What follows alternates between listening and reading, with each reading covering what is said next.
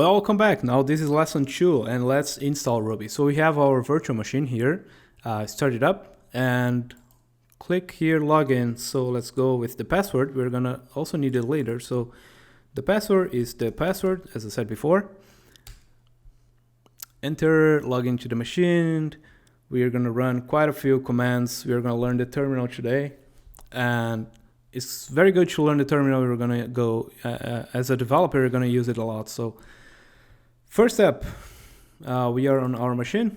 Let's click here and let's click on terminal. So we are going to install everything from the terminal. You maybe want to do it bigger. Yeah, like that. And let's start. So you're going to type in some commands and we're going to do sudo apt install. It's going to be build-essential.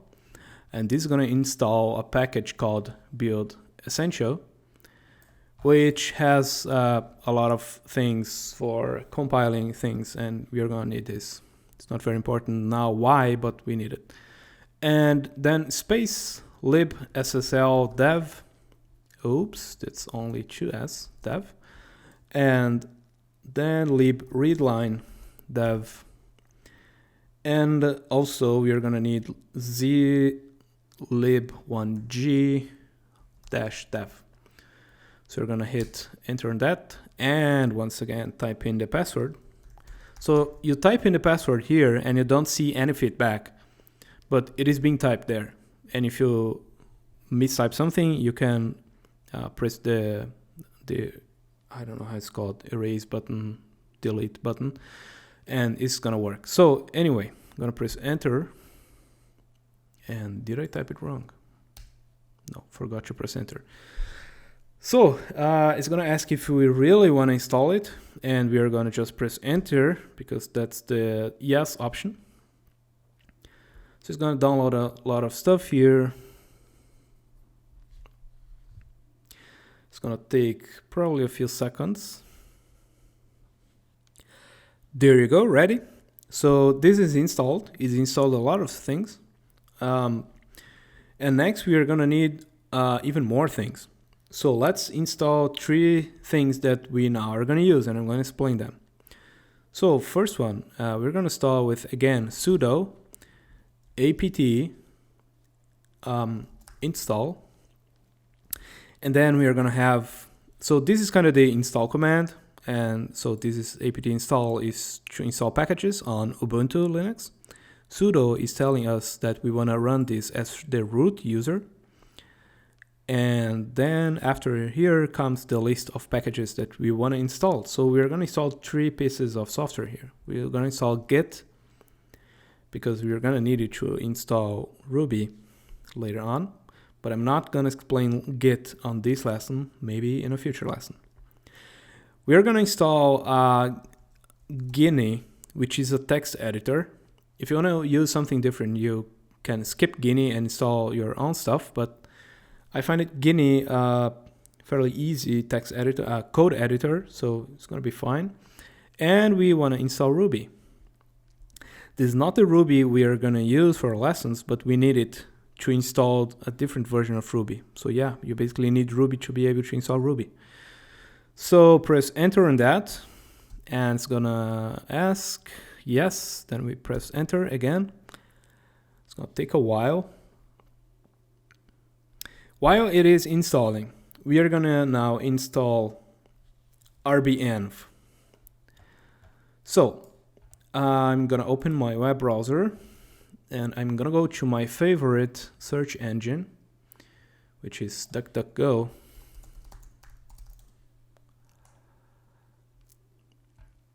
So I'm going to type in rbenv.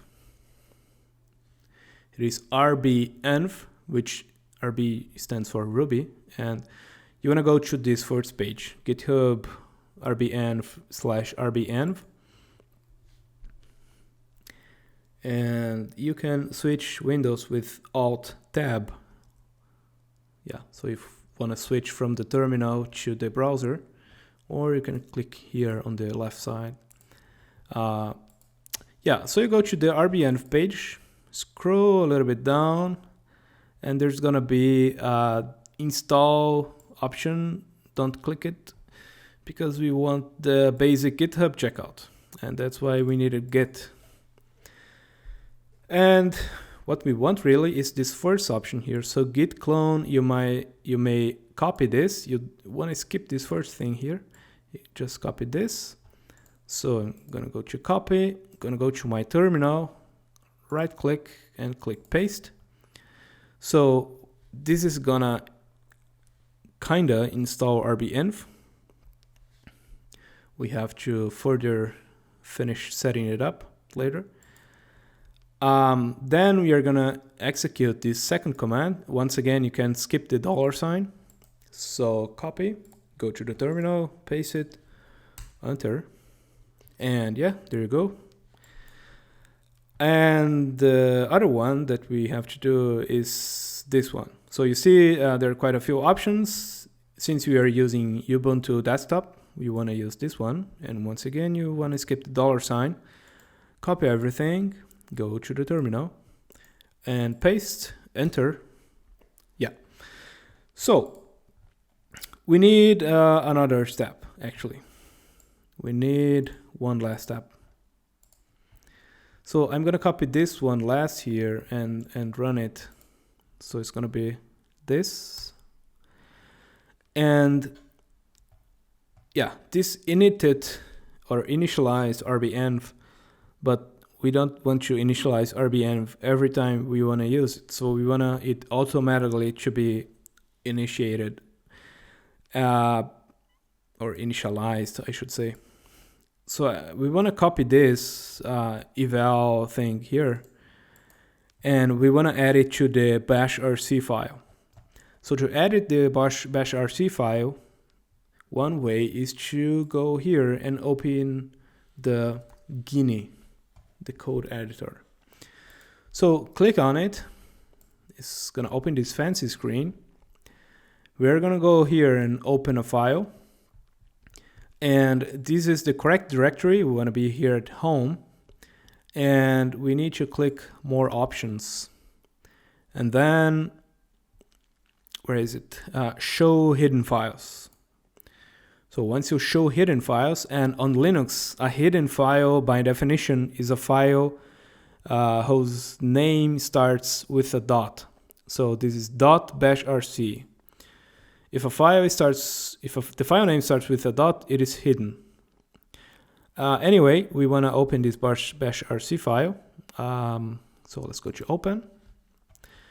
And don't fret because we don't have to actually understand everything here. So go to the end of the file and paste that eval thing. Leave a blank line or two or anything after this file and save it. I'm gonna click here to save everything. Then I'm gonna close this because we don't need it anymore. And we have to restart the terminal now. So restart it. Yeah, I close and let's open it again. And now if we type in rbenv, we're gonna see that it actually works. So what is this? This is rbenv is a tool to manage multiple versions of Ruby. So it happens that when you're developing for Ruby, so Ruby is an evolving language like any modern language, and new versions are launched every, I don't know if it's every 6 months or every year or something, but yeah, there are new versions coming out quite often. And to ensure that your software is going to run properly, you always want to use the version that you know it's running. So this is going to be very important later, like much later. But right now, we don't care much about it. The reason we are using it now is because it's easier to use it. So the setup can be a little bit complicated, but to use it later to install everything on Ruby, having it installed via rbenv is just easier. So this means that rbenv is installed correctly. What we need else is to then install something called Ruby build. So if you go back to the browser, you're gonna scroll a little bit down and you're gonna see here optional, although I don't even consider it being optional. Install Ruby build. So we want to install this, and also it's quite easy. So click on that. You're gonna go to the Ruby build page, and there's gonna be options here. And what you want to do, we want to run these two commands. So once again, skip the $, right click, copy, go to the terminal, paste it, and run it. And then this large command here, copy, go to the terminal, you know what to do, and enter. So what this means now is that rbenv can now install new versions of Ruby. So let's start with typing in Ruby -v. So Ruby -v is telling us that we have here Ruby installed, and it is version 2.7.0. And this P0 doesn't really matter. But this is Ruby 2.7.0. And let's say we want a different version of Ruby. So you type in rbenv versions, and you see system here. Why? Because there's this system Ruby installed. What we want to do is we want to install a different version of Ruby. To do that, we're going to do rbenv install and then the version number. So the version number we're going to install is 2.6.6. And this is nothing less than this, in the sense that this is not worse than this. This is just different versions. Of course, this is more recent, but it has new features. But yeah, let's go with Ruby 2.6.6, which I know works well, and enter. It's gonna install. This is gonna take like, I don't know, could take a few minutes, maybe some 5 minutes. So I'm gonna skip the video until it is installed. You don't have to do anything. I mean, it's gonna install and that's it. And yeah, I'm gonna wait for that, and I'm gonna skip the video. So see you. Okay, so installation finished. Now we have Ruby 2.6.6 installed. And if we do rbenv versions again, like we did before.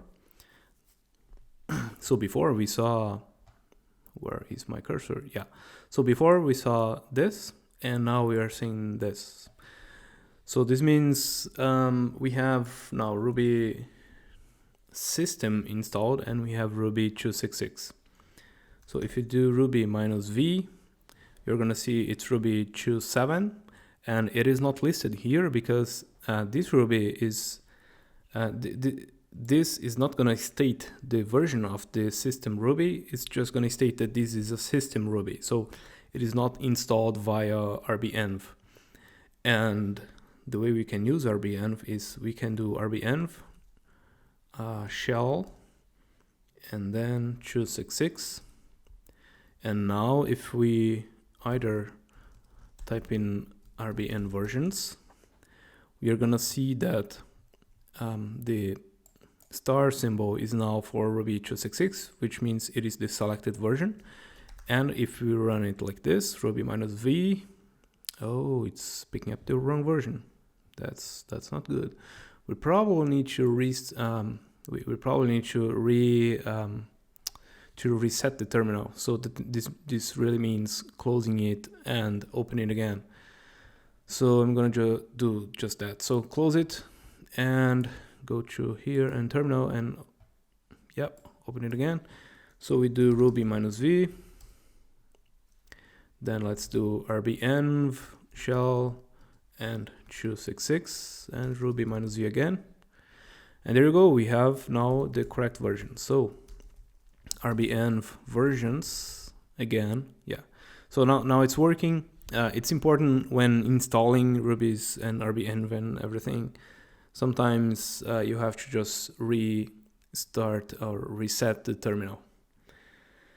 So yeah, that's it for Ruby. Now, I think, yeah, so this is done.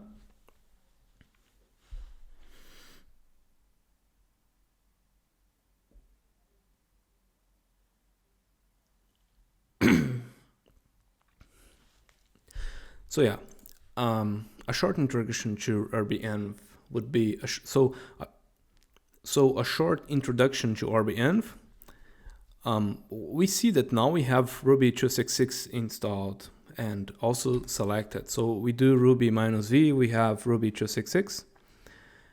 We're going to use this version for the next lesson, so you might want to stay with it. However, if you reset the terminal, and resetting the terminal means you either close it and open it again, or if you open a new tab, this terminal here is different from this one here, because if you run this Ruby -v, you're gonna see it's 2.7, while here, if you run it again, it's still 2.66. So the reality is this: these are actually different shells. So this is called a shell, where you're running the commands in. So the shell is what runs these commands. So when you type in Ruby -v, this is the shell running it. And the terminal is just the like this window, and it allows the shell to type in this text and everything. But as a matter of fact, this shell here is different from this one. So the shell environment is different. And that's why you type in rbenv shell 266. And then you type in rubyv and you see it's the version that is set here. So what does this mean? What this really means is that it is gonna set the Ruby version for this shell session. And we want this version to persist between different shells. So if we open a new one, you see it's all gone. What we want to do is, let's close this and let's set a default version for Ruby. The way we do this is we set it in a file. So echo 2.6.6 larger than, then the name of the file is point or .ruby-version. So .ruby-version, and then enter. And now if you open a new shell, hopefully it's gonna already pick up Ruby 266. And if we do this, we're gonna see that this is what is going on here. And you also see this command here. So set by and then /home/baba, which is the current directory we are in, also known as this little character here, which stands for /home/ the username, which in our case is baba. And then the file name. So it is picking up this version because this file, which has a special meaning, is setting the Ruby version. So we want this. So now we can close the terminal and we can open it again. And we are going to see that typing in again is going to be the 266. That's why, that is because it is set by this file. So if we want to change it for a moment, let's say, we can then do rbenv shell and system. And now suddenly we have the system version, which is 2.7. And if we type in this, we are going to see why. So it is telling that it is set by the rbenv version environment variable. So what this command does is it sets this variable. So if we, if we type in echo rb and $, echo $, rbenv version, extra s in the end, version, we're going to see system. And yeah, if we change this variable, this environment variable, which I'm gonna explain later what environment variable are because they are really important. Version, so export, and then the variable name, which is rbenv version, equals, and then we can put in 266, and then we're gonna see again that we are using Ruby -v. So this would be equivalent to typing in rbenv shell and 266. It's the same thing. And now if we type in rbenv versions, it is telling that the version is 266, but it's not because of the Ruby. So you see the reason is different. Here is for one reason and here is for a different reason.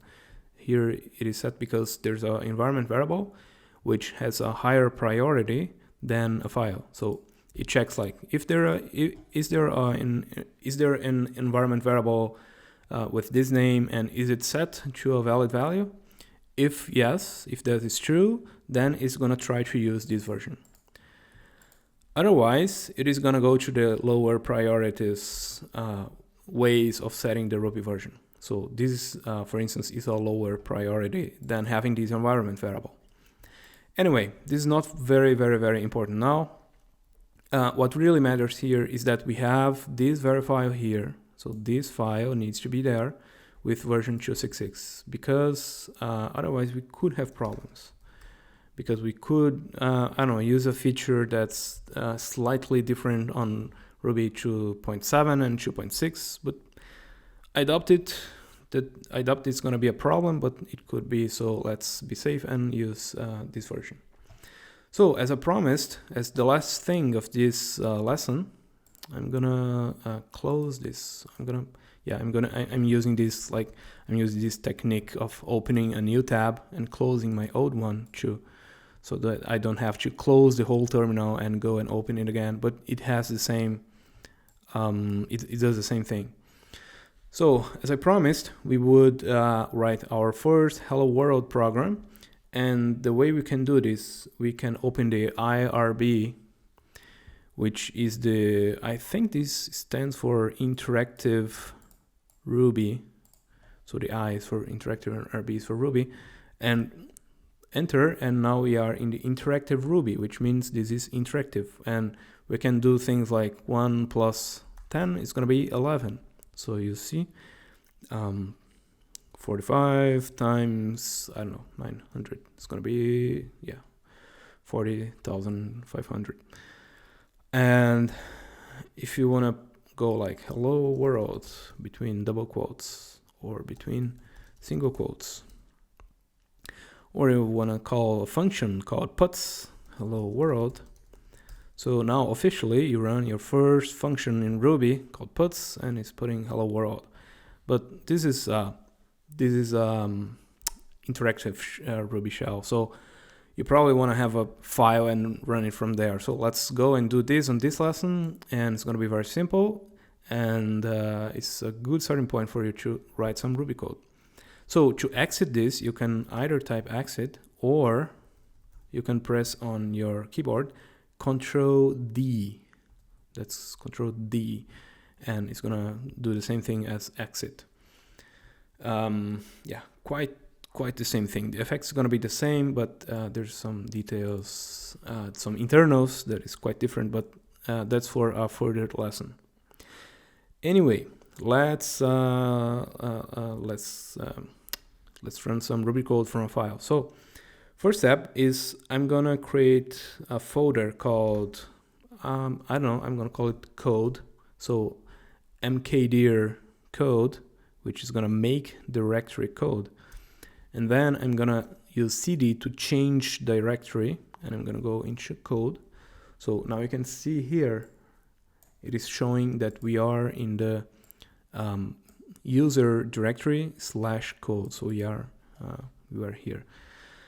And if you type in ls, I like to, and then you can just type ls, but yeah, you don't see anything because there are no files inside this folder. But ls, I'm not really sure what it stands for, but it's gonna list the files of the current directory. So ls -lh, it's what I use all the time. It is gonna the -l modifier is gonna make it list a list of files, and h is gonna humanize the values. Like if you have a 2 gigabytes file, it's not gonna state the number of the size of the file in bytes, but it's gonna state in gigabytes. Anyway, let's go back to our code editor, which is Guinea, and let's then create a file in this folder. So to create a file, click here, and let's put some Ruby code inside. So puts hello world, and then we click save. I don't know why there's no single save button. Oh, I think this is it. Oh yeah, save the current file. So click there and navigate to home and then code. And you're seeing a lot of hidden files starting with dot, because we changed that before. And if you want to change it back, yeah, I was hoping there will be a advanced thing here. Maybe I have to make my screen a little bit larger. And now it's gonna delay for like 5 seconds. Cool, and I don't see the option. Anyway, let's go like this and select code, and then let's give a name for the file. I'm gonna call it, I don't know, main.rb. You don't really need a .rb extension, but that's kind of a standard for Ruby files. So just use it is a good thing to do. And then save. And now we have our file here. And if I go to the terminal again and ls -lh, it is going to show our file. So if I type in just ls, it's going to show like this. I prefer this. It's just a matter of preference. So we see that the main RB file here is here. We have a little code in here. How do we run it? How do we run this code? We run it using Ruby and then the file name. And then we see hello world, and that's it. That's how you run Ruby code. And if you want to make sure which version you're using, yeah, 266. If we happen to want to run it with a different version, like system, which is going to run with 2.7, Ruby main RB, hello world. Yeah, the language is not going to change a lot between small versions. Anyway, let's go back to rbenv shell 266 and run it again, and we see hello world. And that's it. So that's how we run it. And see you in the next lessons, where we are going to start with a little bit of learning how to program in Ruby. See you. Thanks.